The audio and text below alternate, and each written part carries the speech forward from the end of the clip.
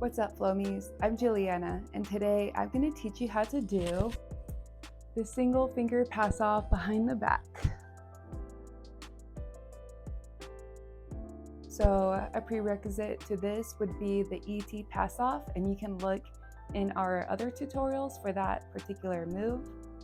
And to start, what we're going to do is we're going to do the pizza toss and a single finger spin. And it helps to get the Flowstar going nice and fast. And then from there, you're gonna get your finger right in the middle. Rotate your body down while keeping the Flowstar nice and high in the air. And then touch your finger to your other finger. And then continue the spin on this side. When I touch my finger to my other finger, I have it here, and then I just rotate my body up and then continue the spin. You don't spin it at all during the pass off, you just spin it on this side, pass it off, and then continue the spin on this side.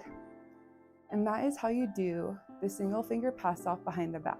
If you like today's tutorial, don't forget to like and subscribe and follow for more. Happy flowing!